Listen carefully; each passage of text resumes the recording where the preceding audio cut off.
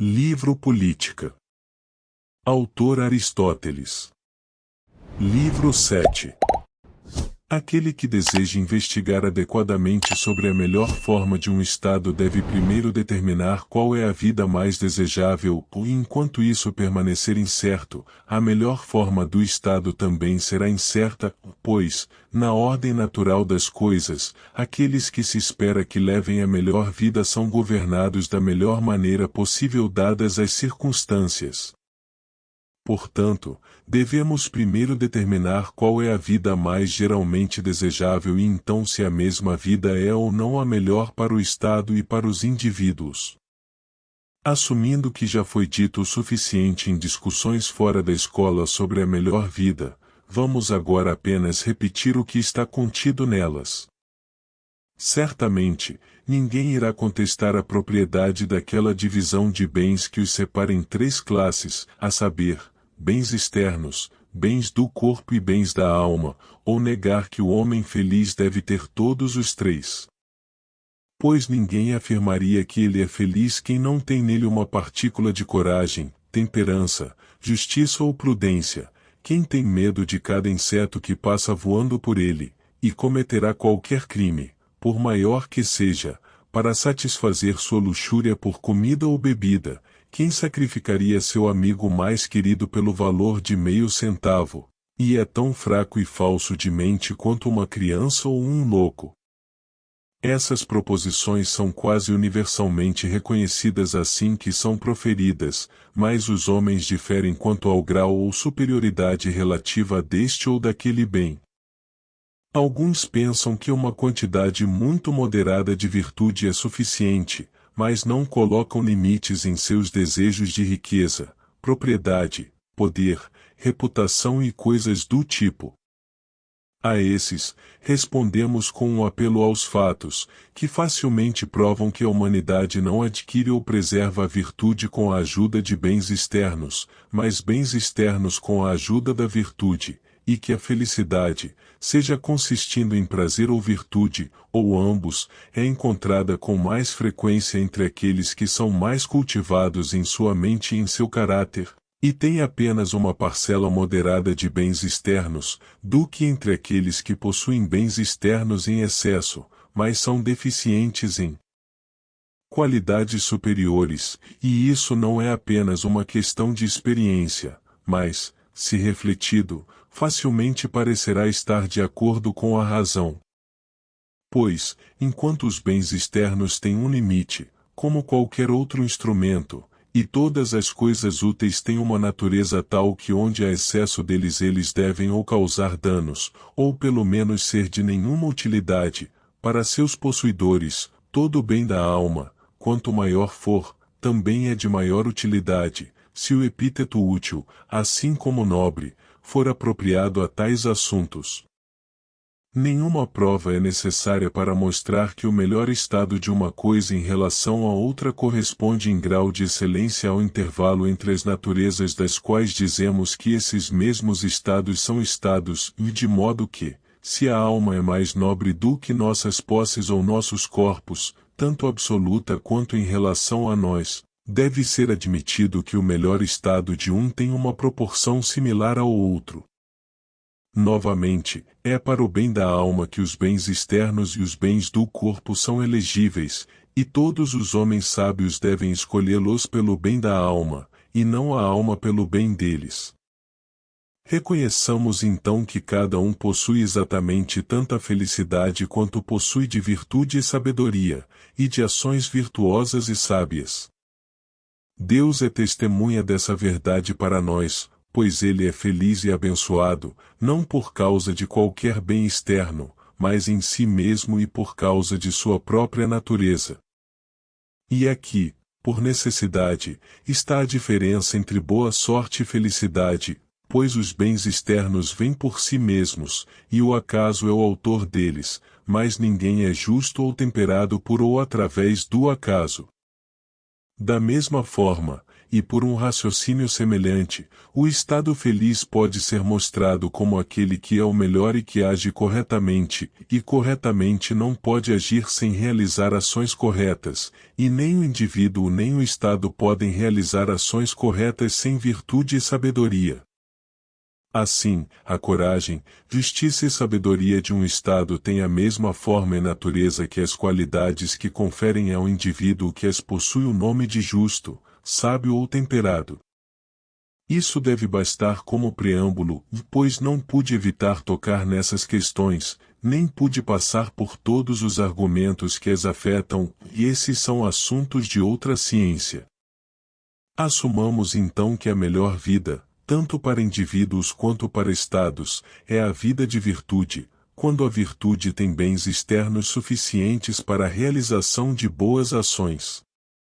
Se houver alguém que conteste nossa afirmação, iremos neste tratado deixá-los de lado e considerar suas objeções posteriormente. Capítulo 2.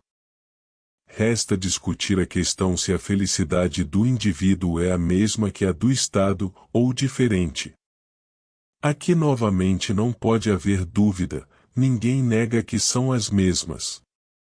Pois aqueles que afirmam que o bem-estar do indivíduo consiste em sua riqueza também pensam que a riqueza proporciona a felicidade de todo o Estado, e aqueles que valorizam mais a vida de um tirano consideram que a cidade mais feliz é aquela que governa sobre o maior número, enquanto aqueles que aprovam o indivíduo por sua virtude dizem que quanto mais virtuosa é uma cidade, mais feliz ela é. 2 pontos aqui se apresentam para consideração. Primeiro, 1. Qual é a vida mais elegível, a de um cidadão que é membro de um Estado, ou a de um estrangeiro que não tem laços políticos? E novamente, 2. Qual é a melhor forma de constituição ou a melhor condição de um Estado, seja sob a suposição de que privilégios políticos são desejáveis para todos, ou apenas para a maioria?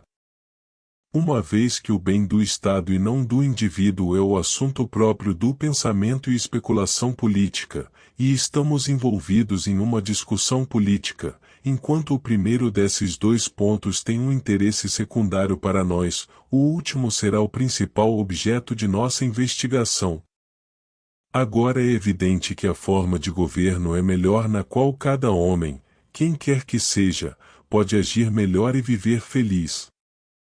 Mas mesmo aqueles que concordam em pensar que a vida de virtude é a mais elegível levantam uma questão: se a vida de negócios e política é ou não mais elegível do que aquela que é totalmente independente de bens externos, quero dizer do que uma vida contemplativa, que por alguns é mantida como a única digna de um filósofo. Pois essas 2 vidas, a vida do filósofo e a vida do estadista, parecem ter sido preferidas por aqueles que foram mais ávidos na busca da virtude, tanto em nossa própria época quanto em outras. Qual é a melhor é uma questão de não pequena importância, pois o homem sábio, como o Estado sábio, regulará necessariamente sua vida de acordo com o melhor fim. Há alguns que pensam que enquanto um governo despótico sobre os outros é a maior injustiça, exercer um governo constitucional sobre eles, mesmo que não injusto, é um grande impedimento para o bem-estar individual de um homem. Outros têm uma visão oposta, eles sustentam que a verdadeira vida do homem é a prática e política, e que toda virtude admite ser praticada, tanto por estadistas e governantes quanto por indivíduos privados. Outros, novamente, são da opinião de que apenas o governo arbitrário e tirânico consiste com a felicidade e, de fato, em alguns estados o objetivo inteiro tanto das leis quanto da Constituição é dar aos homens poder despótico sobre seus vizinhos. E, portanto, embora na maioria das cidades as leis possam ser ditas geralmente em um estado caótico, ainda que elas visem alguma coisa, visam a manutenção do poder, assim em Lacônia e Creta o sistema de educação e a maior parte das leis são elaborados com vista à guerra. E em todas as nações que são capazes de satisfazer sua ambição, o poder militar é valorizado, por exemplo entre os citas, persas, trácios e celtas. Em algumas nações, há até leis que estimulam as virtudes guerreiras, como em Cartago, onde nos é dito que os homens obtêm a honra de usar tanto as braçadeiras quanto as campanhas serviram. Houve uma vez uma lei na Macedônia que aquele que não havia matado um inimigo deveria usar um laço no pescoço, e entre os citas, ninguém que não tivesse matado seu oponente tinha permissão para beber da taça que era passada durante uma certa festa. Entre os iberos, uma nação guerreira, o número de inimigos que um homem matou é indicado pelo número de obeliscos que são fixados na terra ao redor de seu túmulo, e existem numerosas práticas entre outras nações de natureza semelhante, algumas estabelecidas por lei e outras por costume.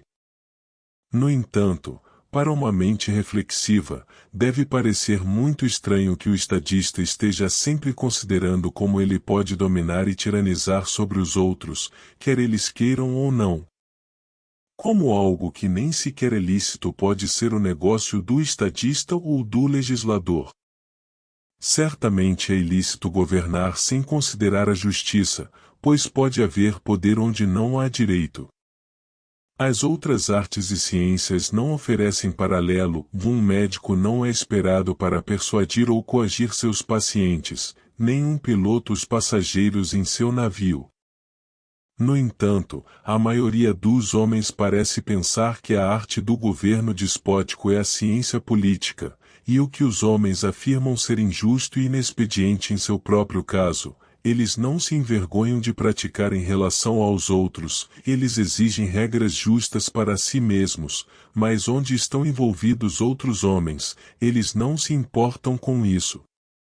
Tal comportamento é irracional, ou a menos que uma das partes seja, e a outra não seja, destinada a servir, caso em que os homens têm o direito de comandar, não todos os seus companheiros, mas apenas aqueles que estão destinados a serem súditos, assim como não devemos caçar a humanidade, seja para comida ou sacrifício, mas apenas os animais que podem ser caçados para comida ou sacrifício, ou seja, tais animais selvagens que são comestíveis.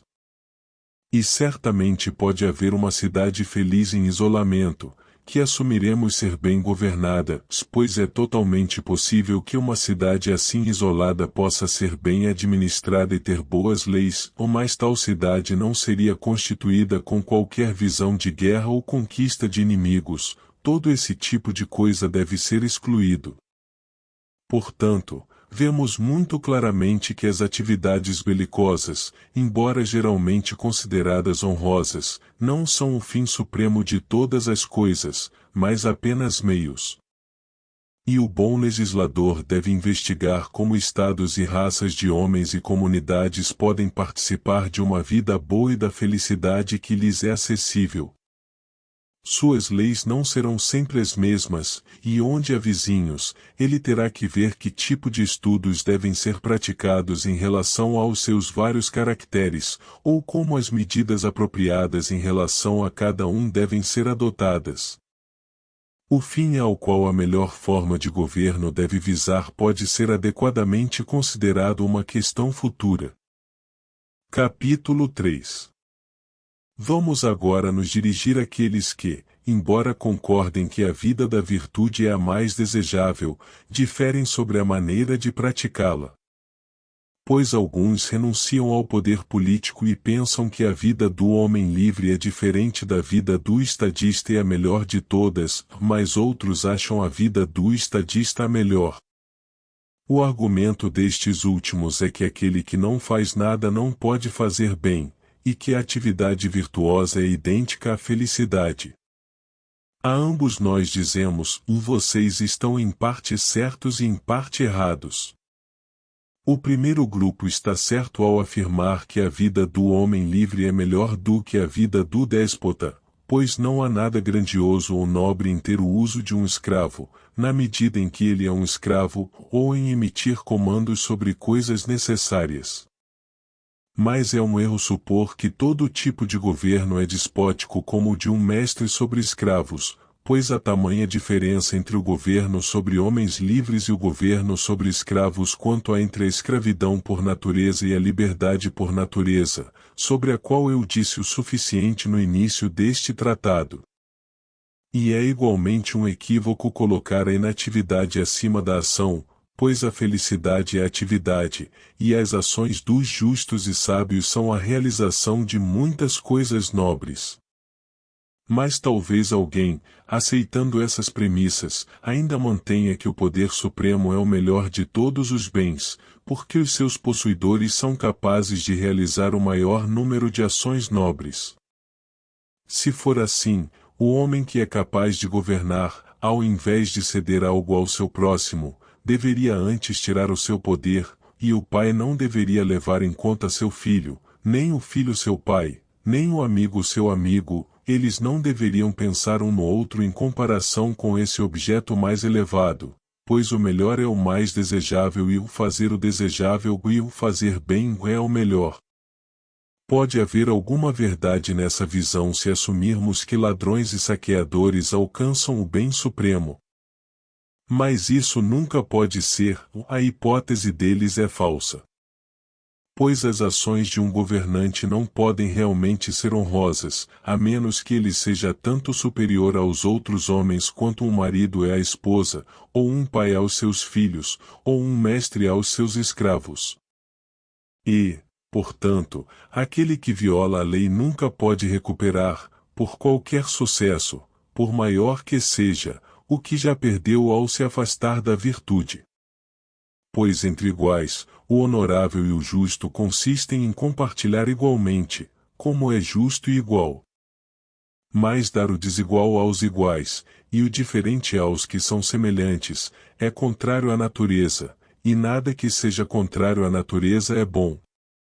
Se, portanto, houver alguém superior em virtude e na capacidade de realizar as melhores ações, é a ele que devemos seguir e obedecer, mas ele deve ter também a capacidade de ação, assim como a virtude. Se estivermos corretos em nossa visão, e a felicidade for assumida como atividade virtuosa, a vida ativa será a melhor, tanto para cada cidade coletivamente, quanto para os indivíduos. Não que uma vida de ação deva necessariamente ter relação com os outros, como alguns pensam, nem são apenas aquelas ideias consideradas práticas que são perseguidas em busca de resultados práticos, mas muito mais os pensamentos e contemplações que são independentes e completos em si mesmos, já que a atividade virtuosa, e portanto um certo tipo de ação, é um fim. E mesmo no caso de ações externas, a mente diligente é mais verdadeiramente dita como agir. Também não é necessário que os estados que estão isolados dos outros e escolhem viver sozinhos sejam inativos, pois a atividade, assim como outras coisas, pode ocorrer por seções. Há muitas maneiras pelas quais as seções de um estado agem umas sobre as outras.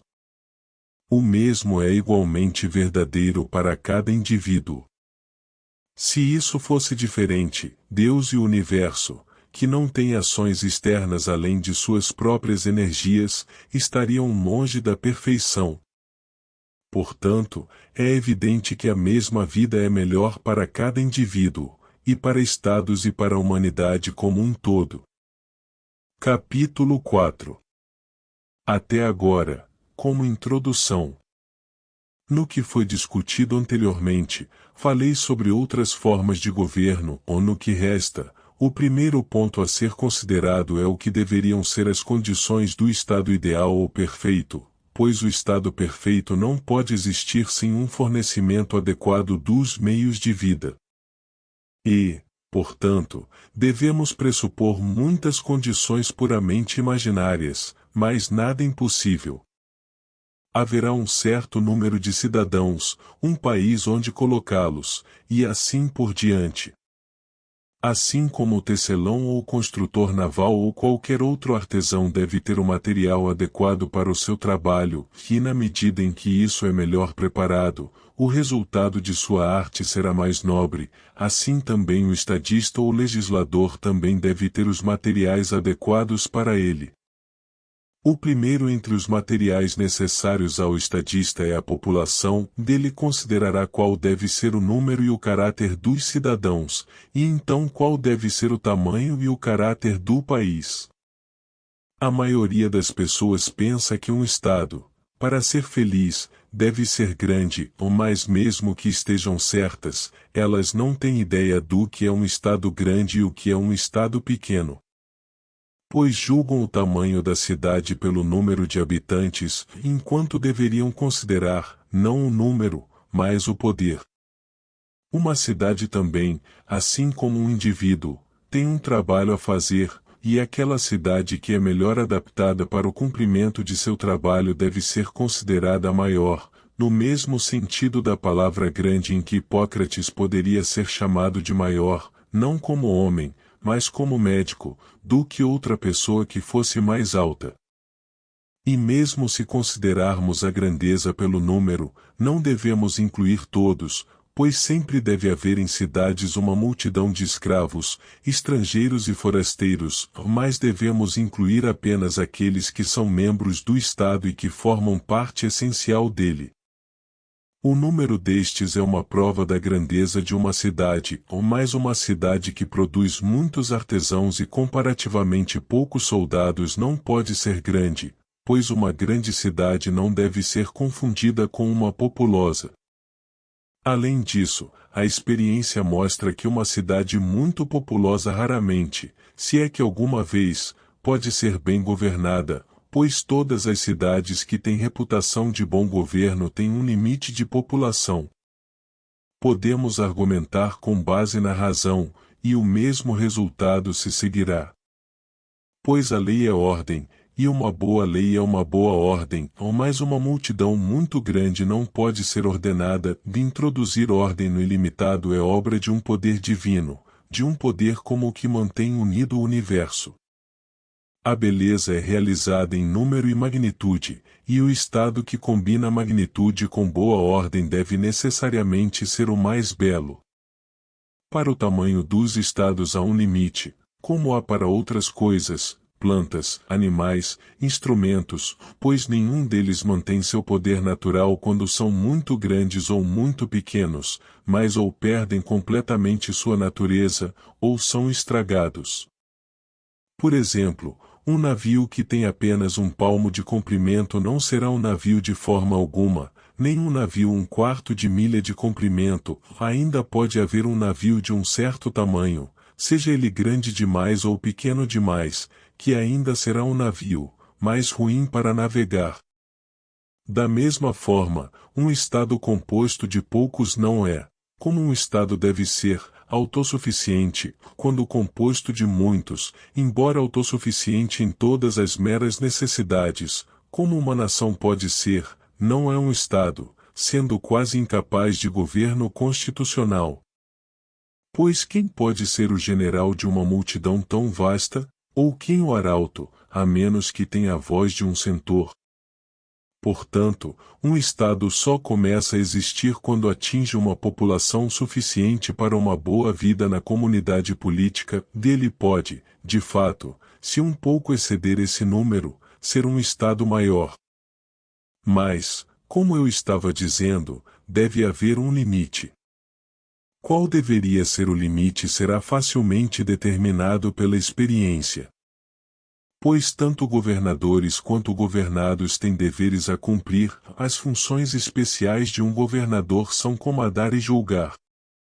Mas se os cidadãos de um Estado devem julgar e distribuir cargos de acordo com o mérito, então devem conhecer o caráter uns dos outros, onde não possuem esse conhecimento, tanto a eleição para cargos quanto a decisão de processos judiciais darão errado.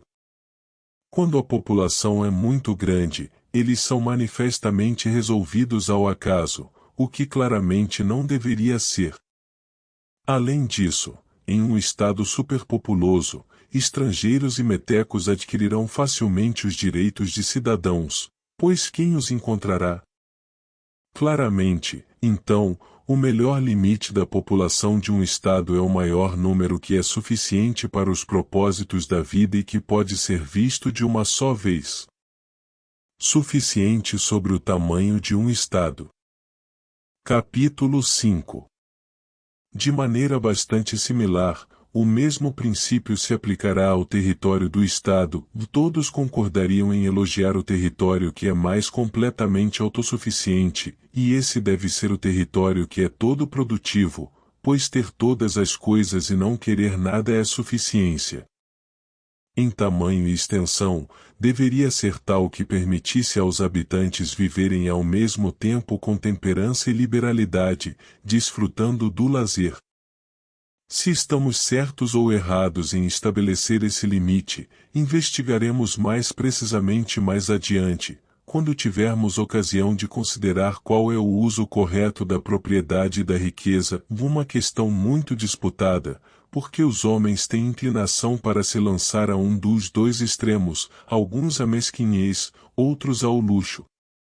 Não é difícil determinar o caráter geral do território que é necessário, no entanto, há alguns pontos sobre os quais as autoridades militares deveriam ser ouvidas. Deve ser de difícil acesso ao inimigo e de fácil saída para os habitantes. Além disso, exigimos que a terra, assim como os habitantes dos quais falamos há pouco, sejam vistos de uma só vez, pois um país que é facilmente visto pode ser facilmente protegido. Quanto à posição da cidade, se pudéssemos ter o que desejamos, deveria estar bem situada tanto em relação ao mar quanto à terra. Este é então um princípio, que deveria ser um centro conveniente para a proteção de todo o país, o outro é que deveria ser adequada para receber os frutos do solo, e também para o transporte de madeira e quaisquer outros produtos que sejam facilmente transportáveis. Capítulo 6. Se é benéfica ou não para um Estado bem ordenado ter uma comunicação com o mar é uma questão que frequentemente foi levantada. Argumenta-se que a introdução de estranhos criados sob outras leis, e o aumento da população, serão prejudiciais para a boa ordem. O aumento decorre do uso do mar por eles e da presença de uma multidão de comerciantes indo e vindo, e é prejudicial para o bom governo. Além dessas considerações, seria indubitavelmente melhor, tanto com vista à segurança quanto ao fornecimento de necessidades, que a cidade e o território estivessem ligados ao mar. Os defensores de um país, se quiserem manter-se contra um inimigo, devem ser facilmente aliviados tanto por terra quanto pelo mar, e mesmo que não sejam capazes de atacar por mar e terra ao mesmo tempo, terão menos dificuldade em causar danos aos seus atacantes em um elemento, se eles mesmos puderem usar ambos. Além disso, é necessário que eles importem do exterior o que não é encontrado em seu próprio país, e que exportem o que tem em excesso, pois uma cidade deve ser um mercado, não para os outros, mas para si mesma. Aqueles que se tornam um mercado para o mundo só o fazem pelo bem da receita, e se um Estado não deve desejar lucro desse tipo, não deve ter um tal emporium. Hoje em dia, frequentemente vemos em países e cidades estaleiros e portos muito convenientemente situados fora da cidade, mas não muito longe, e eles são mantidos em dependência por paredes e fortificações semelhantes. Cidades assim situadas manifestamente colhem o benefício do contato com seus portos, e qualquer dano que possa advir pode ser facilmente evitado pelas leis, que pronunciarão e determinarão quem pode ter comunicação entre si e quem não pode. Não pode haver dúvida de que a posse de uma força naval moderada é vantajosa para uma cidade. A cidade deve ser formidável não apenas para seus próprios cidadãos, mas para alguns de seus vizinhos, ou, se necessário, capaz de ajudá-los tanto por mar quanto por terra. O número ou magnitude adequada dessa força naval é relativo ao caráter do Estado, pois se sua função é desempenhar um papel de liderança na política, seu poder naval deve ser compatível com a escala de suas empresas. A população do Estado não precisa ser muito aumentada, pois não há necessidade de que os marinheiros sejam cidadãos, os fuzileiros navais que têm o controle e o comando serão homens livres, e também pertencerão à infantaria, e onde quer que haja uma população densa de periecos e agricultores, sempre haverá marinheiros mais do que suficientes. Disso vemos exemplos nos dias de hoje. A cidade de Heracleia, por exemplo, embora pequena em comparação com muitas outras, pode armar uma frota considerável. Tais são nossas conclusões sobre o território do Estado, seus portos, suas cidades, suas relações com o mar e seu poder marítimo. Capítulo 7. Tendo falado sobre o número dos cidadãos, procederemos a falar sobre qual deve ser o seu caráter. Este é um assunto que pode ser facilmente compreendido por qualquer um que lance seu olhar sobre os estados mais celebrados da Hélade e, em geral, sobre a distribuição das raças no mundo habitável. Aqueles que vivem em um clima frio e na Europa são cheios de espírito, mas carentes de inteligência e habilidade, e, portanto, retêm uma liberdade comparativa, mas não têm organização política e são incapazes de governar sobre outros. Enquanto os nativos da Ásia são inteligentes e inventivos, mas faltam-lhes espírito, e, portanto, estão sempre em estado de sujeição e escravidão. Mas a raça helênica, que está situada entre eles, é igualmente intermediária em caráter, sendo de espírito elevado e também inteligente. Daí ela continuar livre e ser a mais bem governada de todas as nações, e se pudesse ser formada em um único estado, seria capaz de governar o mundo.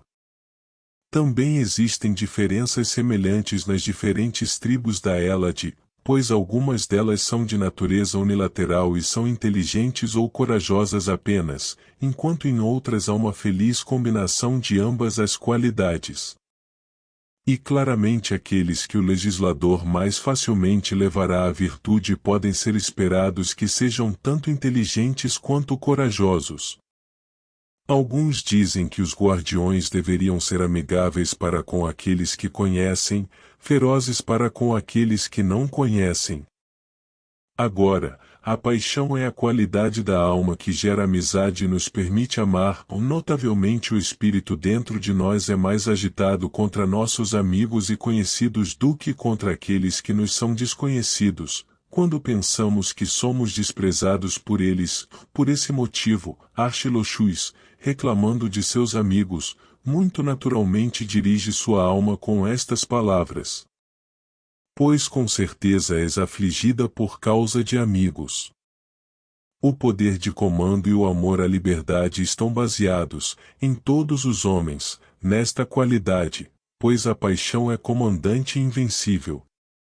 Também não é correto dizer que os guardiões deveriam ser ferozes para com aqueles que não conhecem, pois não devemos ficar irritados com ninguém, e um espírito elevado não é feroz por natureza, mas apenas quando excitado contra os malfeitores.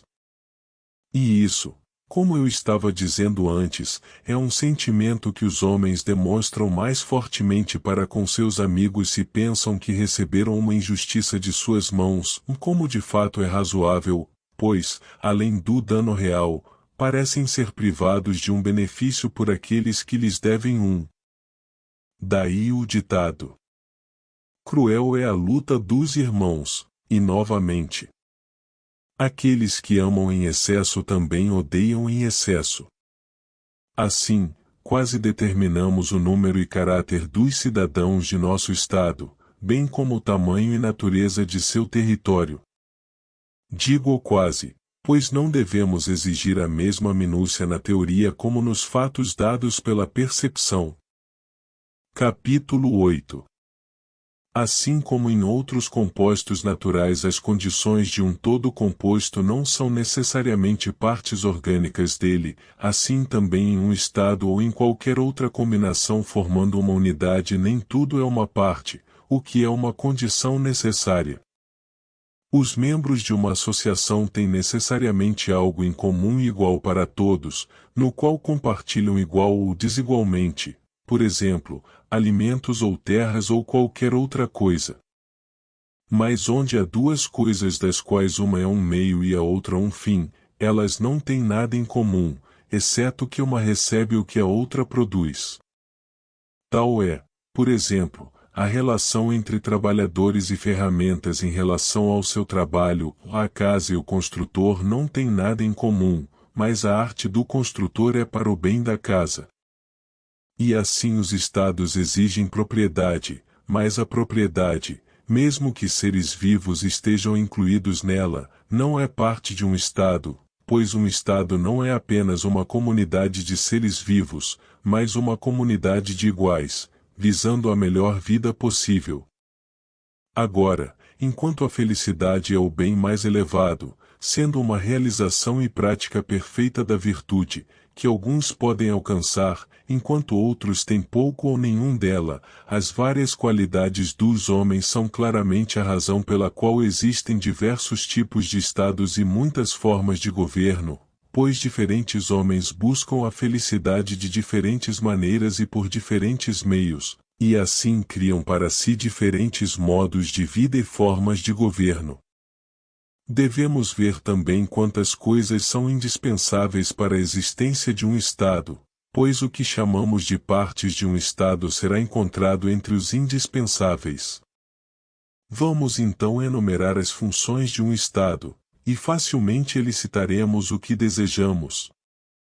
Primeiro, deve haver alimentos, e em segundo lugar, artes, pois a vida requer muitos instrumentos, e em terceiro lugar, deve haver armas, pois os membros de uma comunidade têm necessidade delas, e em suas próprias mãos, também, a fim de manter autoridade tanto contra súditos desobedientes quanto contra agressores externos. E em quarto lugar, deve haver uma certa quantidade de receita, tanto para necessidades internas quanto para os fins da guerra. E em quinto lugar, ou melhor, em primeiro lugar, deve haver um cuidado com a religião, que é comumente chamado de culto, e em sexto lugar, e mais necessário de todos, deve haver um poder de decidir o que é do interesse público e o que é justo nas relações entre os homens.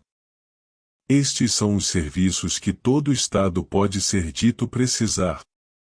Pois um Estado não é apenas um agregado de pessoas, mas uma união delas suficiente para os propósitos da vida. E se alguma dessas coisas estiver faltando, como sustentamos, impossível que a comunidade seja absolutamente autossuficiente. Um Estado então deve ser moldado com vista ao cumprimento dessas funções. Deve haver agricultores para obter alimentos, e artesãos, e uma classe belicosa e rica, e sacerdotes, e juízes para decidir o que é necessário e expediente. Capítulo 9. Tendo determinado estes pontos, temos em seguida que considerar se todos devem compartilhar de todo tipo de ocupação. Deverá cada homem ser ao mesmo tempo agricultor, artesão, conselheiro, juiz, ou devemos supor que as diversas ocupações mencionadas sejam atribuídas a diferentes pessoas? Ou, em terceiro lugar, algumas ocupações devem ser atribuídas a indivíduos e outras comuns a todos? A mesma disposição, no entanto, não ocorre em toda a Constituição, como estávamos dizendo, todas podem ser compartilhadas por todos, ou não todas por todos, mas apenas por alguns, e daí surgem as diferenças de constituições, pois em democracias todos compartilham tudo, nas oligarquias prevalece a prática oposta. Agora, uma vez que estamos aqui falando da melhor forma de governo, ou seja, aquela sob a qual o Estado será mais feliz, se a felicidade, como já foi dito, não pode existir sem virtude, segue-se claramente que no Estado que é melhor governado e possui homens que são justos absolutamente, e não apenas relativamente ao princípio da Constituição, os cidadãos não devem levar a vida de mecânicos ou comerciantes, pois tal vida é ignóbil e inimiga da virtude. Eles também não devem ser agricultores, pois o lazer é necessário tanto para o desenvolvimento da virtude quanto para o desempenho dos deveres políticos. Além disso, há em um estado uma classe de guerreiros, e outra de conselheiros, que aconselham sobre o que é conveniente e determinam assuntos legais, e estes parecem ser de uma maneira especial partes de um estado. Agora, essas duas classes devem ser distintas, ou ambas as funções devem ser atribuídas às mesmas pessoas? Novamente, não há dificuldade em ver que ambas as funções pertencerão de um modo às mesmas, e de outro, a pessoas diferentes. Para pessoas diferentes na medida em que estas, ou seja, as físicas e as ocupações, são adequadas a diferentes momentos da vida, pois uma requer sabedoria mental e a outra força. Mas, por outro lado, uma vez que é impossível que aqueles que são capazes de usar ou resistir à força estejam dispostos a permanecer sempre submissos, deste ponto de vista as pessoas são as mesmas, pois aqueles que empunham armas podem sempre determinar o destino da Constituição. Portanto, resta que ambas as funções sejam confiadas pela Constituição ideal às mesmas pessoas, não, no entanto, ao mesmo tempo, mas na ordem prescrita pela natureza, que deu aos jovens força e aos mais velhos sabedoria. Tal distribuição de deveres será conveniente e também justa, e é fundamentada em um princípio de conformidade com o mérito. Além disso, a classe dominante deve ser proprietária de propriedades, pois são cidadãos, e os cidadãos de um Estado devem estar em boas condições, enquanto mecânicos ou qualquer outra classe que não seja produtora de virtude não tem participação no Estado. Isso decorre do nosso primeiro princípio, pois a felicidade não pode existir sem virtude, e uma cidade não pode ser considerada feliz em relação a uma parte dos cidadãos, mas em relação a todos eles. E claramente a propriedade deve estar em suas mãos, uma vez que os agricultores serão necessariamente escravos ou periecos bárbaros. Das classes enumeradas, restam apenas os sacerdotes, e a maneira como seu cargo deve ser regulamentado é óbvia. Nenhum agricultor ou mecânico deve ser nomeado para ele, pois os deuses devem receber honra apenas dos cidadãos. Agora, uma vez que o corpo do cidadão é dividido em duas classes, os guerreiros e os conselheiros, e é conveniente que o culto aos deuses seja devidamente realizado, e também um descanso seja proporcionado em seu serviço para aqueles que, pela idade, desistiram da vida ativa, aos homens idosos dessas duas classes devem ser atribuídas as funções do sacerdócio. Nós mostramos quais são as condições necessárias e quais são as partes de um Estado. Agricultores, artesãos e trabalhadores de todos os tipos são necessários para a existência dos Estados, mas as partes do Estado são os guerreiros e os conselheiros. E estes são distintos entre si, a distinção sendo em alguns casos permanente, em outros não. Capítulo 10.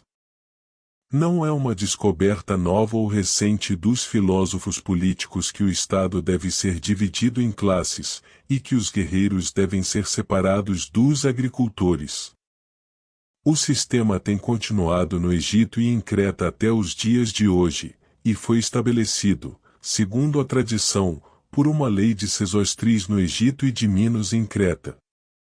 A instituição de refeições comuns também parece ser de antigas datas, sendo em Creta tão antiga quanto o reinado de Minos, e na Itália muito mais antiga.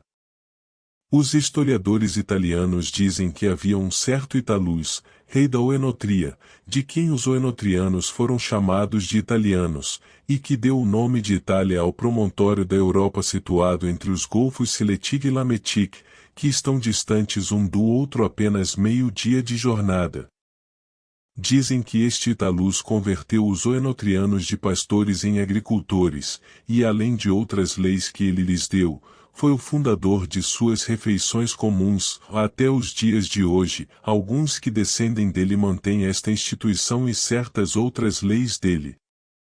No lado da Itália em direção a Tirrene habitavam os Opici, que são agora, como antes, chamados de Ausones, e no lado em direção a Iapige e ao Golfo Jônico, no distrito chamado Siritis, os Chones, que também são da raça enotriana. Deste parte do mundo veio originalmente a instituição de refeições comuns, a separação em castas do Egito, pois o reinado de Sesostris é de uma antiguidade muito maior do que o de Minos. É verdade que estas e muitas outras coisas foram inventadas várias vezes no decorrer dos séculos, ou melhor, inúmeras vezes, pois a necessidade pode-se supor que ensinou aos homens as invenções que eram absolutamente necessárias, e quando estas foram fornecidas, era natural que outras coisas que enfeitariam e enriqueceriam a vida fossem crescendo gradualmente.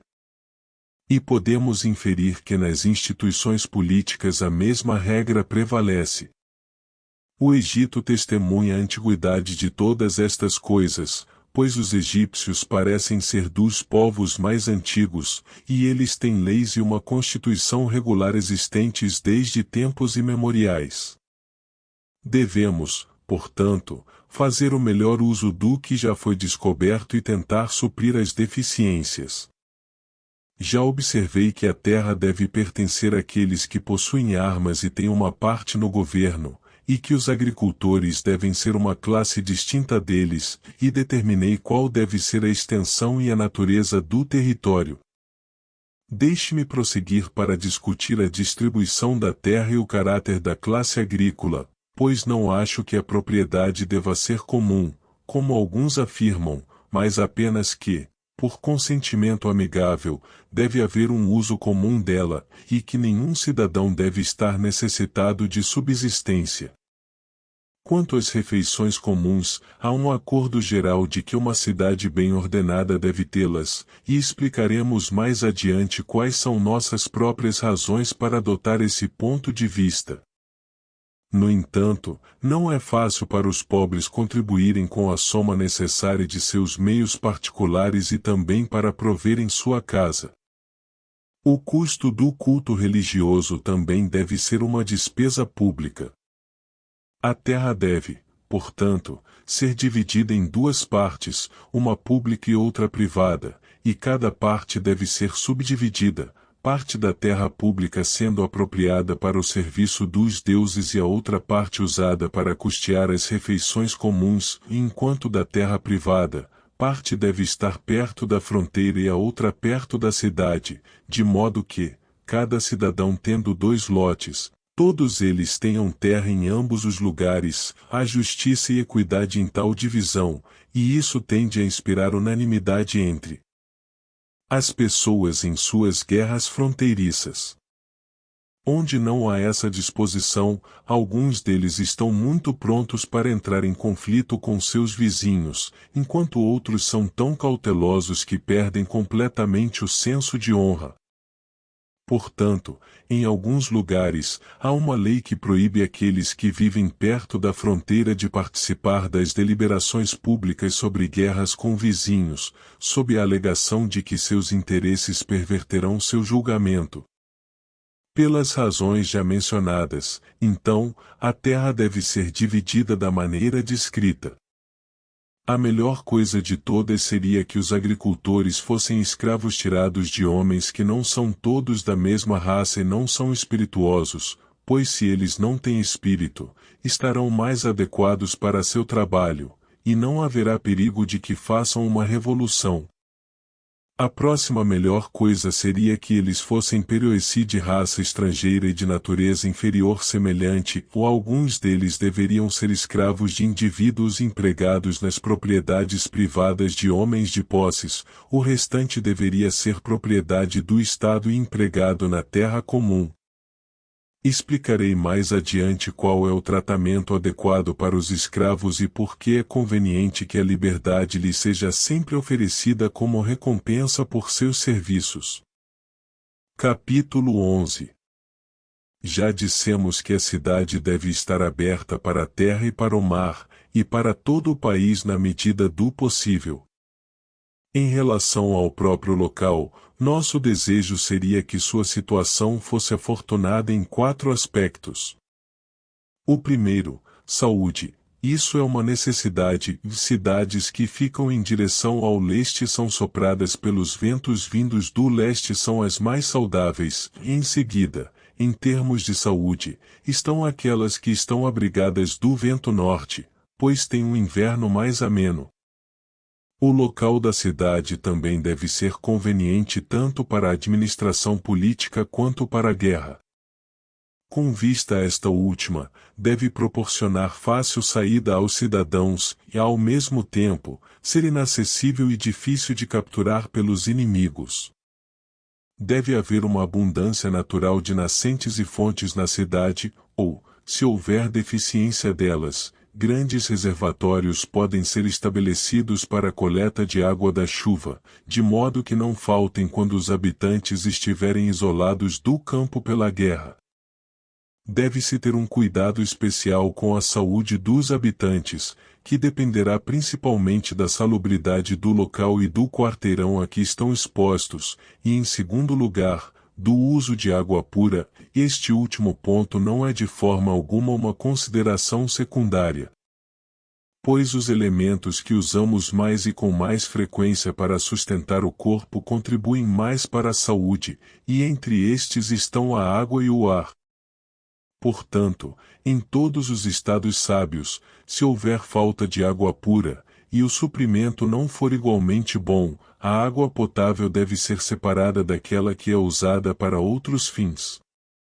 Quanto às fortalezas, o que é adequado para diferentes formas de governo varia, e assim, uma acrópole é adequada para uma oligarquia ou uma monarquia, mas uma planície para uma democracia ou nem para uma aristocracia, mas sim uma série de lugares fortes. O arranjo de casas particulares é considerado mais agradável e geralmente mais conveniente, se as ruas forem regularmente traçadas após o moderno estilo que Hipódamo introduziu, mas para a segurança na guerra, o modo antiquado de construção, que dificultava a saída de estranhos de uma cidade e a entrada de agressores, é preferível. Portanto, uma cidade deve adotar ambos os planos de construção. É possível arranjar as casas irregularmente, como os agricultores plantam suas vinhas em clareiras. Não se deve traçar toda a cidade em linhas retas, mas apenas certos bairros e regiões. Assim, segurança e beleza serão combinadas. Quanto às muralhas, aqueles que dizem que cidades que fazem qualquer pretensão à virtude militar não devem tê-las, estão completamente ultrapassados em suas ideias, e eles podem ver as cidades que se orgulhavam dessa fantasia refutada pelos fatos. É verdade que há pouco valor em buscar segurança atrás de uma muralha quando um inimigo é semelhante em caráter e não muito superior em número, ou mais a superioridade dos sitiadores pode ser e muitas vezes é muito grande tanto para o valor humano comum quanto para o que é encontrado apenas em alguns, e se eles devem ser salvos e escapar da derrota e da violência. A muralha mais forte será a verdadeira precaução militar, especialmente agora que mísseis e máquinas de cerco foram trazidos a tal perfeição. Não ter muralhas seria tão tolo quanto escolher um local para uma cidade em um país exposto e nivelar as alturas, ou como se um indivíduo deixasse sua casa sem muralhas, para que os moradores não se tornassem covardes. E não devemos esquecer que aqueles que têm suas cidades cercadas por muralhas podem ou não tirar proveito delas, mas cidades sem muralhas não têm escolha. Se nossas conclusões são justas, não apenas as cidades devem ter muralhas, mas deve-se cuidar para que elas sejam ornamentais, bem como úteis para fins bélicos, e adaptadas para resistir a invenções modernas. Pois assim como os assaltantes de uma cidade fazem tudo o que podem para ganhar vantagem, os defensores devem fazer uso de qualquer meio de defesa que já tenha sido descoberto e devem inventar outros, pois quando os homens estão bem preparados, nenhum inimigo sequer pensa em atacá-los. Capítulo 12. À medida que as muralhas devem ser divididas por guaritas e torres construídas em intervalos adequados, e o corpo de cidadãos deve ser distribuído em mesas comuns, naturalmente ocorrerá a ideia de que deveríamos estabelecer algumas das mesas comuns nas guaritas. Estas poderiam ser organizadas como sugerido, enquanto as principais mesas comuns dos magistrados ocuparão um lugar adequado, e lá também estarão os edifícios apropriados para o culto religioso, exceto no caso dos ritos que a lei ou o oráculo de Delfos restringiram a uma localidade especial. O local deve ser um ponto visto de longe, que dá devida elevação à virtude e domina o bairro.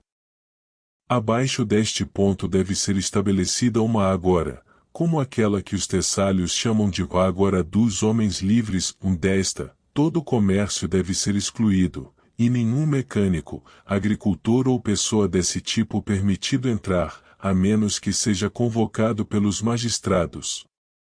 Seria um uso encantador do local, se os exercícios ginásticos dos homens mais velhos fossem realizados lá. Pois nesta nobre prática diferentes idades devem ser separadas, e alguns dos magistrados devem ficar com os meninos, enquanto os homens crescidos permanecem com os magistrados, pois a presença dos magistrados é o melhor modo de inspirar verdadeira modéstia e temor ingênuo. Deveria haver também uma ágora dos comerciantes, distinta e separada das outras, em uma situação conveniente para a recepção de mercadorias tanto por mar quanto por terra. Mas ao falar dos magistrados, não devemos esquecer outra seção dos cidadãos, a saber, os sacerdotes, para os quais também devem ser fornecidas mesas públicas em seu lugar apropriado perto dos templos. Os magistrados que lidam com contratos, acusações, convocações e outros assuntos, e aqueles que têm o cuidado da ágora e da cidade, respectivamente, devem ser estabelecidos perto de uma ágora e de algum local público de reunião, ou a vizinhança da ágora dos comerciantes será um local adequado, a ágora superior dedicamos à vida de lazer, a outra é destinada às necessidades do comércio. A mesma ordem deve prevalecer no campo, pois lá também os magistrados, chamados por alguns de inspetores das florestas e por outros de guardiões do campo, devem ter guaritas e mesas comuns enquanto estão de serviço. Templos também devem ser espalhados pelo campo, dedicados, alguns aos deuses e outros aos heróis. Mas seria uma perda de tempo para nós nos demorarmos em detalhes como estes. A dificuldade não está em imaginar, mas em realizá-los. Podemos falar sobre eles o quanto quisermos, mas a execução deles dependerá da sorte. Portanto, não digamos mais nada sobre esses assuntos por enquanto. Capítulo 13. Retornando à Constituição em si, busquemos determinar de quais e quais tipos de elementos deve ser composta a cidade que será feliz e bem governada. Há duas coisas nas quais todo bem-estar consiste, uma delas é a escolha de um fim e objetivo correto da ação, e a outra é a descoberta das ações que são meios para alcançá-lo, pois os meios e o fim podem concordar ou discordar. Às vezes, o fim correto é apresentado aos homens, mas na prática eles falham em alcançá-lo. Em outros casos, eles têm sucesso em todos os meios, mas propõem para si mesmos um fim ruim, e às vezes falham em ambos. Tome, por exemplo, a arte da medicina. Os médicos nem sempre entendem a natureza da saúde, e também os meios que eles usam podem não alcançar o fim desejado. Em todas as artes e ciências, tanto o fim quanto os meios devem estar igualmente sob nosso controle. A felicidade e o bem-estar que todos os homens manifestamente desejam, alguns têm o poder de alcançar, mas para outros, por algum acidente ou defeito da natureza, a realização deles não é concedida, pois uma boa vida requer um suprimento de bens externos, em menor grau quando os homens estão em um bom estado, em maior grau quando estão em um estado inferior. Outros, novamente, que possuem as condições de felicidade, erram completamente desde o início na busca dela.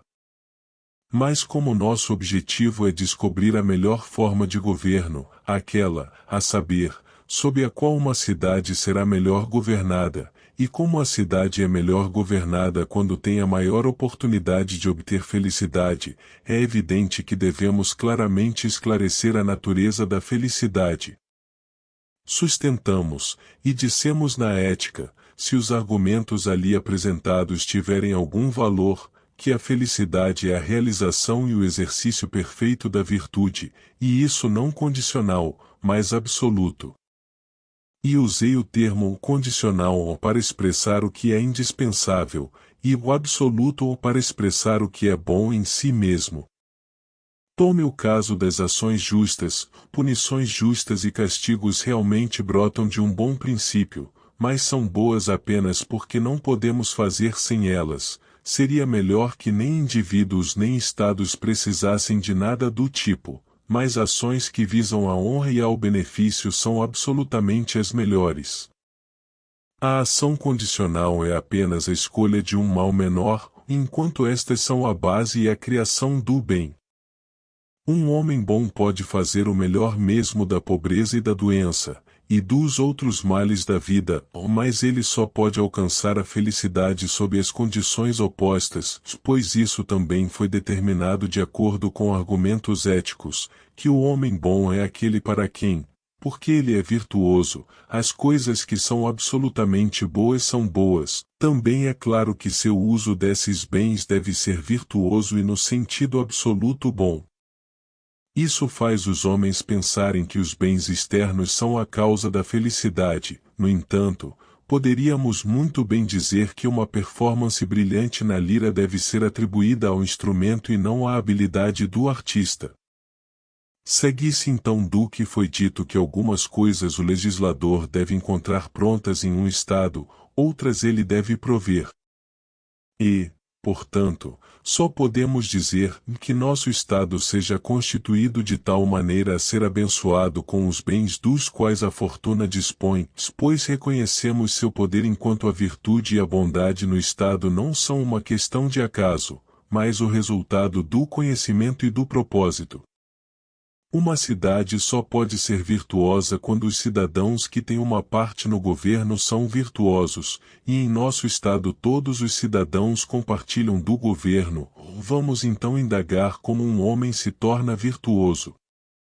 Pois mesmo que pudéssemos supor que o corpo de cidadãos fosse virtuoso, sem que cada um deles o fosse, ainda assim o último seria melhor, pois na virtude de cada um está envolvida a virtude de todos. Há três coisas que tornam os homens bons e virtuosos, e estes são a natureza, o hábito, o princípio racional. Em primeiro lugar, cada um deve nascer homem e não outro animal, e então, também, ele deve ter um certo caráter, tanto de corpo quanto de alma.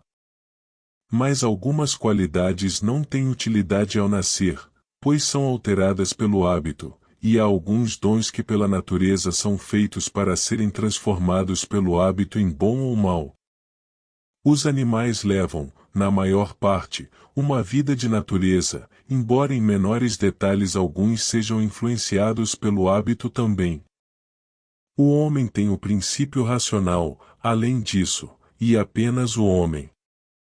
Portanto, a natureza, o hábito, o princípio racional devem estar em harmonia entre si, pois nem sempre concordam. Os homens fazem muitas coisas contra o hábito e a natureza, se o princípio racional os persuadir de que devem.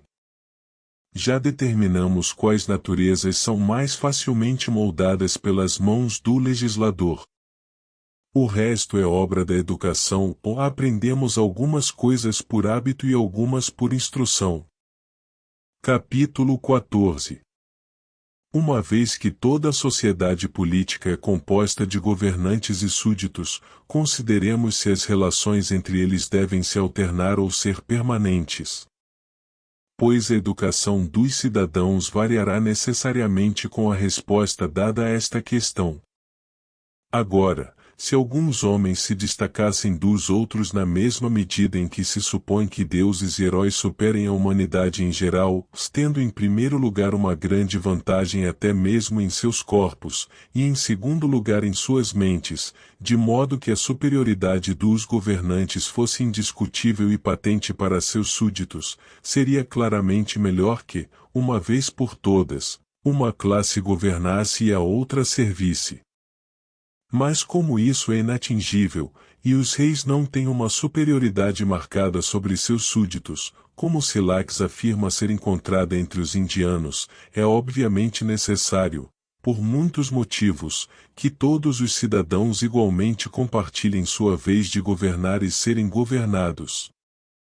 A igualdade consiste no mesmo tratamento de pessoas semelhantes, e nenhum governo pode subsistir que não seja fundado na justiça.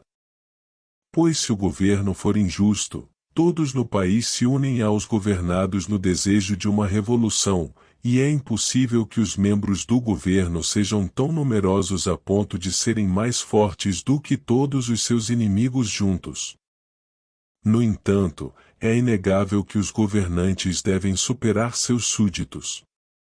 Como tudo isso será efetuado e de que maneira eles compartilharão respectivamente do governo, cabe ao legislador considerar. O assunto já foi mencionado. A própria natureza providenciou a distinção quando fez uma diferença entre velhos e jovens dentro da mesma espécie, dos quais ela capacitou um para governar e o outro para ser governado. Ninguém se ofende por ser governado quando é jovem, nem se considera melhor do que seus governantes, especialmente se ele desfrutará do mesmo privilégio quando atingir a idade requerida. Concluímos que, de um ponto de vista, governantes e governados são idênticos, e de outro, diferentes. Portanto, sua educação deve ser a mesma e também diferente.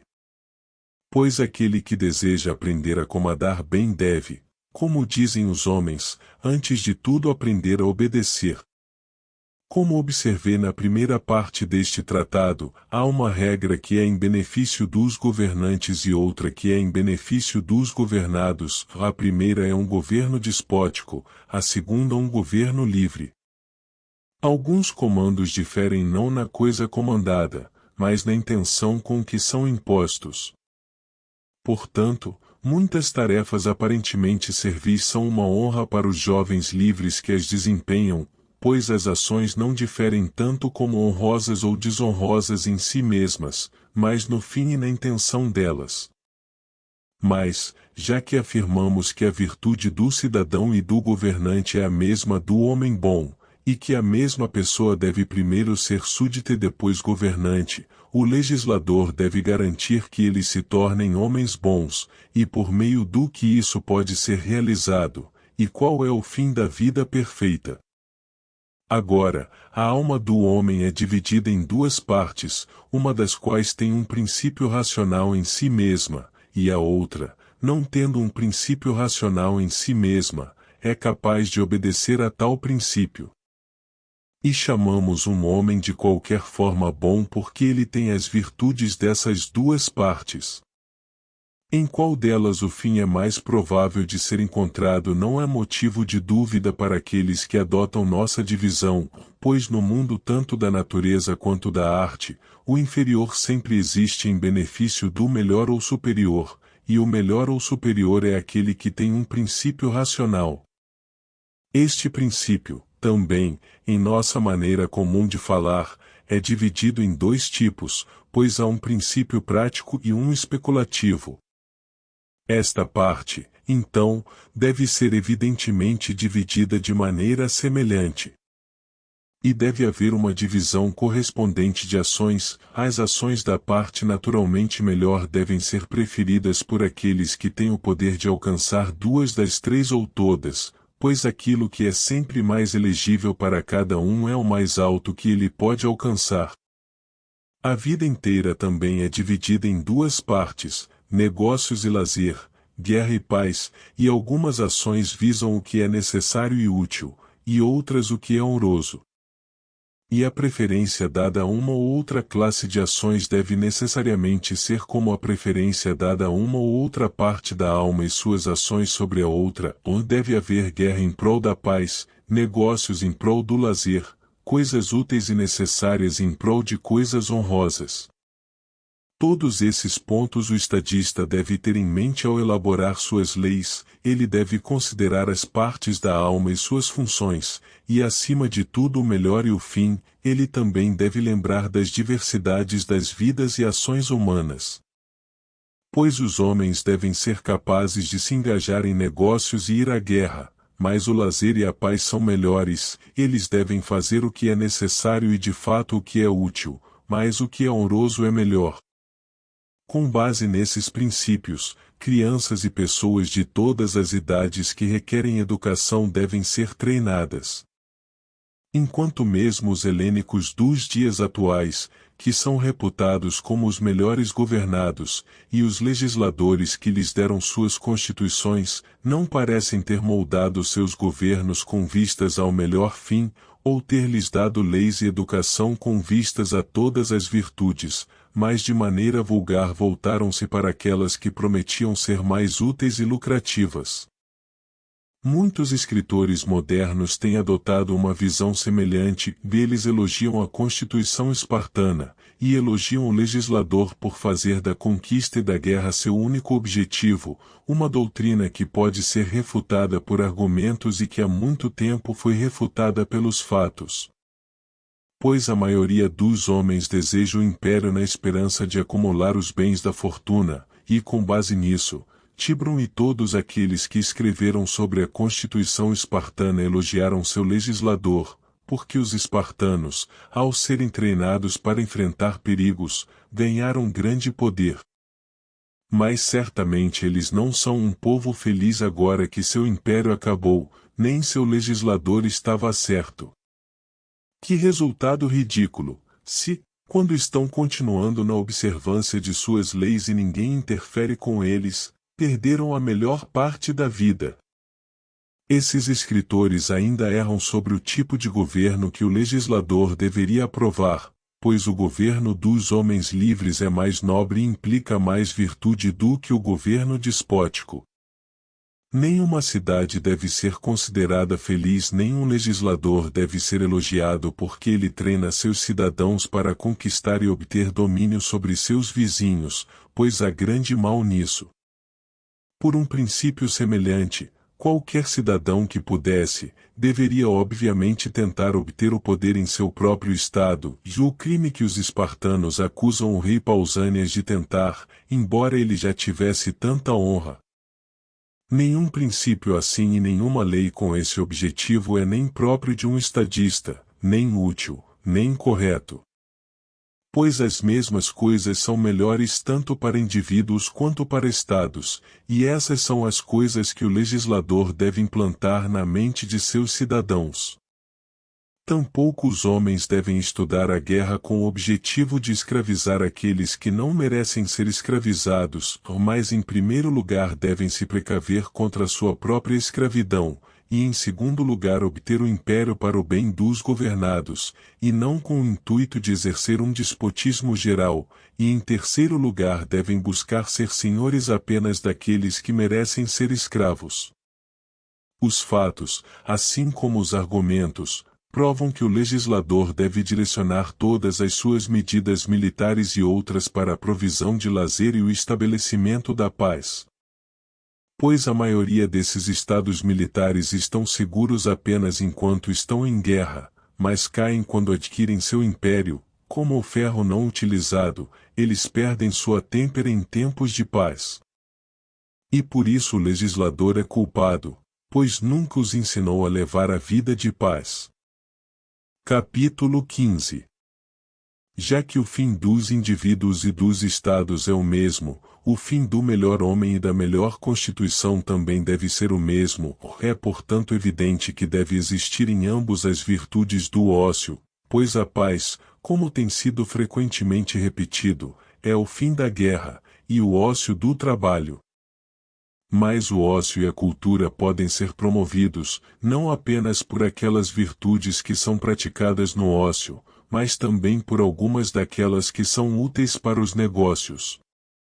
Pois muitas necessidades da vida devem ser supridas antes que possamos ter ócio.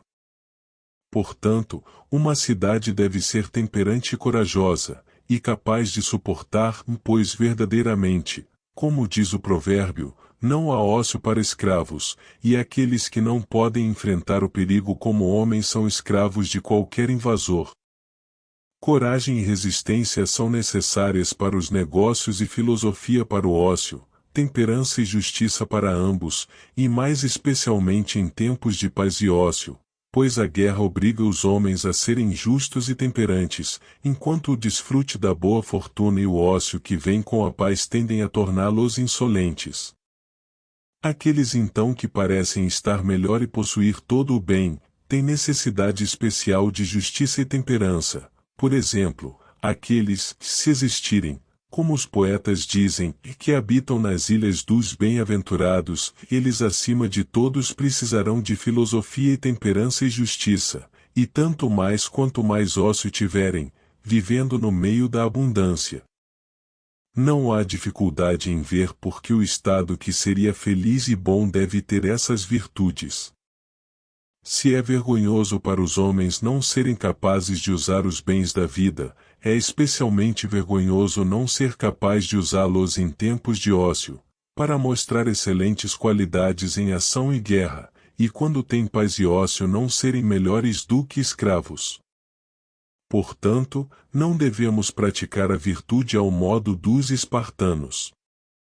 Pois eles, embora concordando com outros homens em sua concepção dos bens mais altos, diferem do restante da humanidade em pensar que podem ser obtidos pela prática de uma única virtude.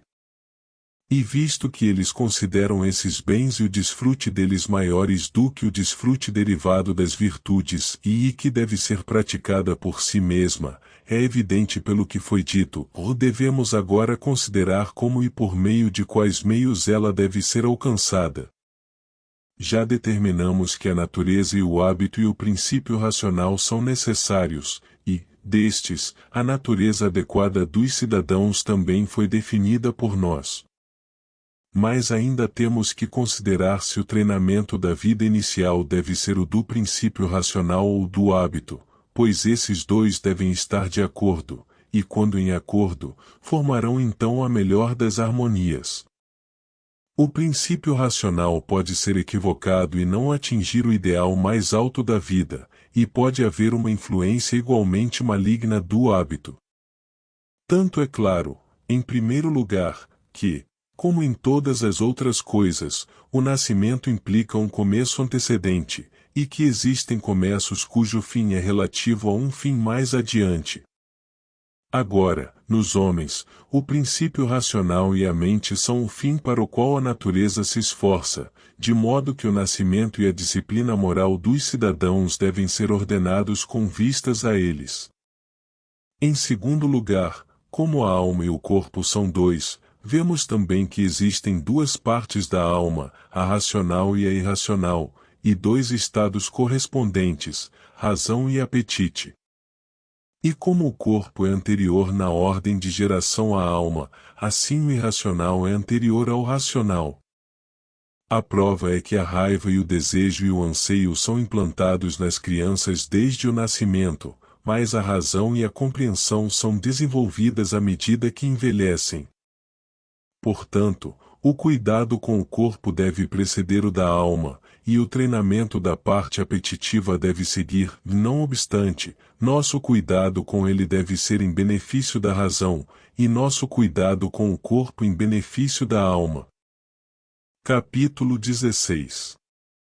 Uma vez que o legislador deve começar considerando como os moldes das crianças que ele está criando podem ser o melhor possível, seu primeiro cuidado será sobre o casamento, em que idade seus cidadãos devem se casar, e quem está apto para casar.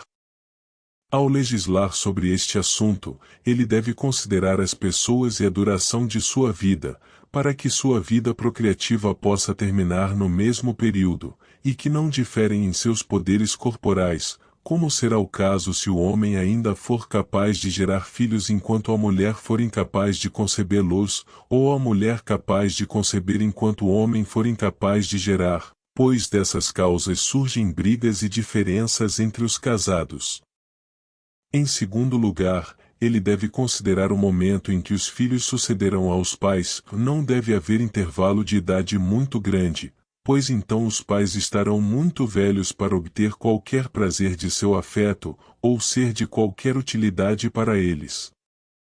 Nem devem ser muito próximos em idade. Para casamentos jovens existem muitas objeções, os filhos faltarão com respeito aos pais, que parecerão ser seus contemporâneos, e surgirão disputas na administração da casa. Em terceiro lugar, e este é o ponto do qual nos desviamos, o legislador deve moldar à sua vontade os moldes das crianças recém-nascidas. Quase todos esses objetivos podem ser alcançados prestando atenção a um ponto. Uma vez que o tempo de geração geralmente é limitado até os 70 anos no caso de um homem, e 50 no caso de uma mulher, o início da união deve conformar-se a esses períodos. A união de macho e fêmea quando muito jovem é ruim para a procriação de crianças, e em todos os outros animais, a prole dos jovens é pequena e subdesenvolvida, e com tendência a produzir filhas mulheres, e portanto também no homem, como é comprovado pelo fato de que nas cidades em que homens e mulheres costumam se casar jovens, as pessoas são pequenas e fracas. No parto também as mulheres mais jovens sofrem mais, e mais delas morrem, ou algumas pessoas dizem que este foi o significado da resposta dada uma vez aos troezenianos. O oráculo realmente significava que muitos morreram porque se casaram muito jovens, não tinha nada a ver com a colheita. Também contribui para a temperança não se casar muito cedo, pois as mulheres que se casam cedo tendem a ser levianas, e nos homens também o quadro corporal é atrofiado se eles se casarem enquanto a semente está crescendo, pois há um momento em que o crescimento da semente também cessa, ou continua apenas em uma pequena extensão. As mulheres devem se casar quando têm cerca de 18 anos de idade, e os homens aos 30 anos, então eles estão no auge da vida, e o declínio dos poderes de ambos coincidirá. Além disso, as crianças, se seu nascimento ocorrer cedo, como pode ser razoavelmente esperado, terão sucesso no início de sua juventude, quando os pais já estão em declínio na vida, e quase atingiram seu termo de 70 anos. Assim, muito da idade adequada para o casamento, da estação do ano também deve ser considerada, e de acordo com nosso costume atual, as pessoas geralmente limitam o casamento à estação do inverno, e estão certas. Os preceitos dos médicos e dos filósofos naturais sobre a geração também devem ser estudados pelos próprios pais. Os médicos dão bons conselhos sobre as condições favoráveis do corpo, e os filósofos naturais sobre os ventos, dos quais eles preferem o norte ao sul. Qual constituição no pai é mais vantajosa para a prole é um assunto que consideraremos mais cuidadosamente quando falarmos da educação das crianças, e faremos apenas algumas observações gerais no momento. A constituição de um atleta não é adequada à vida de um cidadão, nem à saúde, nem à procriação de crianças, assim como a constituição valetudinária ou exausta, mas uma que esteja em um meio termo entre elas. A constituição de um homem deve estar habituada ao trabalho, mas não a um trabalho excessivo ou de um único tipo, como é praticado pelos atletas. Ele deve ser capaz de todas as ações de um homem livre. Essas observações se aplicam igualmente a ambos os pais. As mulheres grávidas devem cuidar de si mesmas, elas devem fazer exercícios e ter uma dieta nutritiva. A primeira dessas prescrições o legislador facilmente colocará em prática, exigindo que elas façam uma caminhada diária até algum templo, onde possam adorar os deuses que presidem ao nascimento. Suas mentes, no entanto, ao contrário de seus corpos, devem ficar tranquilas, pois a prole deriva as suas naturezas de suas mães, assim como as plantas derivam da terra.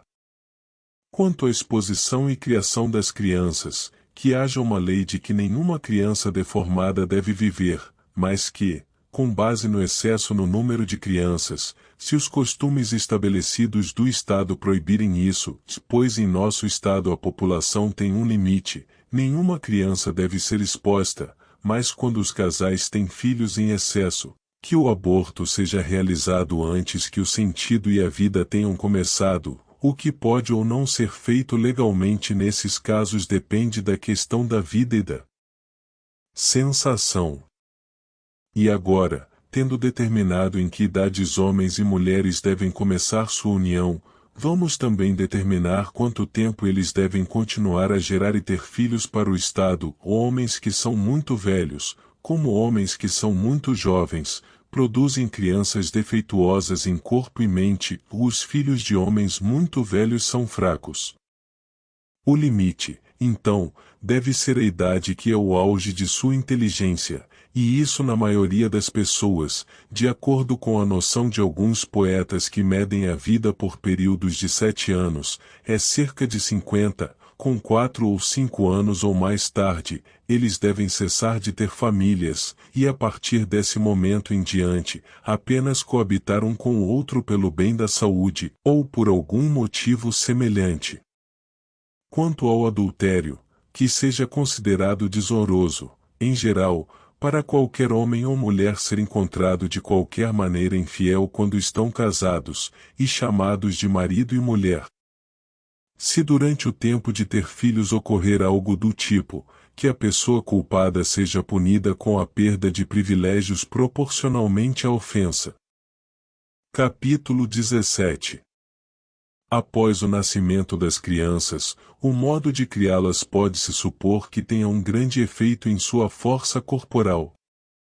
Parece, pelo exemplo dos animais e das nações que desejam criar o hábito militar, que o alimento que mais tem leite é o mais adequado para os seres humanos, mas quanto menos vinho, melhor, se quiserem escapar de doenças.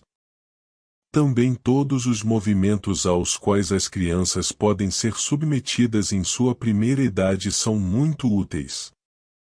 Mas, a fim de preservar seus membros delicados da distorção, algumas nações têm recorrido a dispositivos mecânicos que endireitam seus corpos.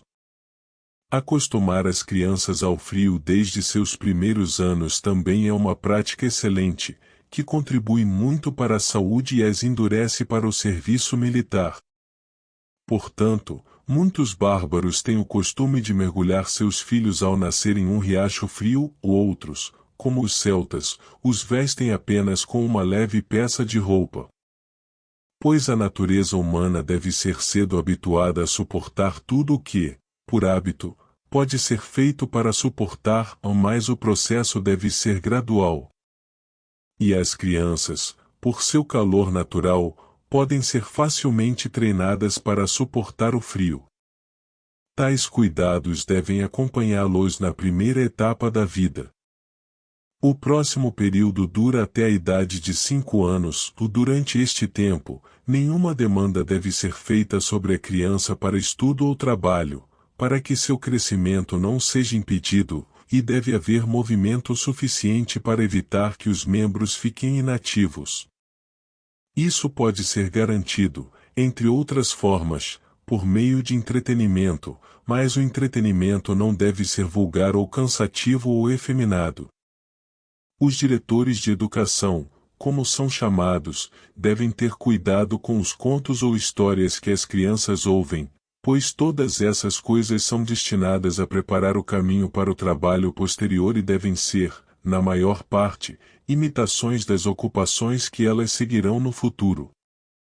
Estão errados aqueles que, em suas leis, tentam conter o choro alto e os gritos das crianças, pois esses contribuem para o seu crescimento e, de certa forma, exercitam seus corpos.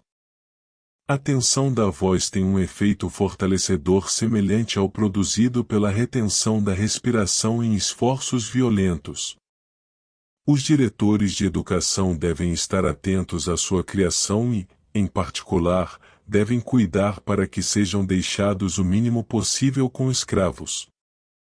Pois até os 7 anos eles devem viver em casa e, portanto, mesmo nessa idade precoce, é de se esperar que adquiram um toque de baixeza do que ouvem e veem. Na verdade, não há nada que o legislador deva se esforçar mais para afastar do que a indecência de discurso, pois a expressão leve de palavras vergonhosas leva rapidamente a ações vergonhosas. Os jovens especialmente nunca devem ser autorizados a repetir ou ouvir algo do tipo: um homem livre que for encontrado dizendo ou fazendo o que é proibido, se ainda for muito jovem para ter o privilégio de reclinar-se nas mesas públicas, deve ser desonrado e espancado, e uma pessoa mais velha degradada como seu comportamento servil merece. E já que não permitimos linguagem imprópria, claramente também devemos banir imagens ou discursos do palco que sejam indecentes. Que os governantes cuidem para que não haja imagem ou figura representando ações indecentes, exceto nos templos daqueles deuses cujos festivais a lei permite até mesmo a libertinagem, e a quem a lei também permite serem adorados por pessoas de idade madura em seu próprio nome, de seus filhos e de suas esposas. Mas o legislador não deve permitir que os jovens sejam espectadores de ambos ou comédias até que tenham idade para se sentar às mesas públicas e beber vinho forte. Quando isso acontecer, a educação os terá armado contra as más influências de tais representações. Fizemos essas observações de maneira sucinta, são suficientes para a ocasião presente, ou mais posteriormente retornaremos ao assunto e, após uma discussão mais completa, determinaremos se tal liberdade deve ou não ser concedida, e de que maneira, se for concedida.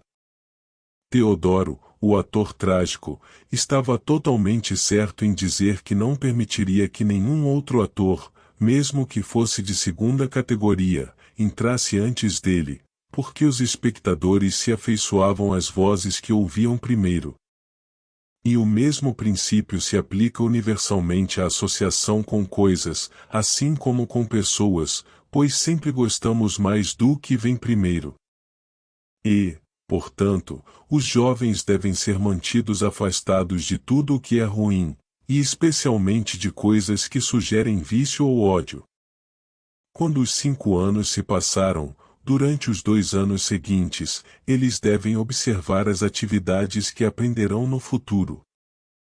Existem 2 períodos da vida aos quais a educação deve ser dividida, dos 7 anos até a idade da puberdade e em diante até a idade de 21 anos. Os poetas que dividem as idades por 7 estão principalmente corretos, mas devemos observar as divisões realmente feitas pela natureza, pois as deficiências da natureza são o que a arte e a educação procuram preencher. Vamos então primeiro indagar se algum regulamento deve ser estabelecido sobre as crianças, em segundo lugar, se o cuidado delas deve ser preocupação do Estado ou de indivíduos privados, o que, na nossa época, é o costume comum, e em terceiro lugar, quais devem ser esses regulamentos. Parabéns por chegar até o final deste audiolivro. Nós gostaríamos que você compartilhasse o seu saber conosco, escrevendo nos comentários do vídeo sobre os assuntos abordados no livro, para podermos debater ideias, insights e sugestões. Se você gostou do livro, deixe seu like e inscreva-se no nosso canal para não perder nenhum audiolivro. Obrigado por fazer parte da nossa comunidade.